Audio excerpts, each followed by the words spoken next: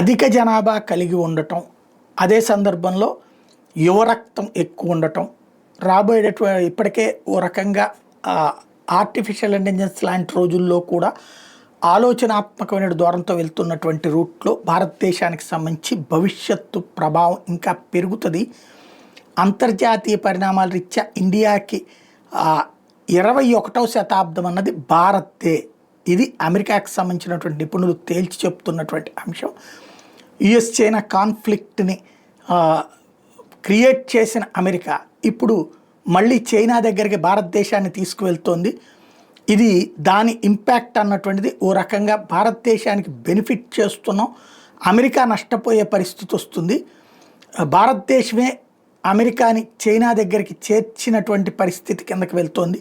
Cross check చేసుకోండి అంటూ America అధ్యక్షుడు ట్రంప్కి అక్కడ ఉన్నటువంటి ఆర్థిక నిపుణులే ఇస్తున్నటువంటి సలహా.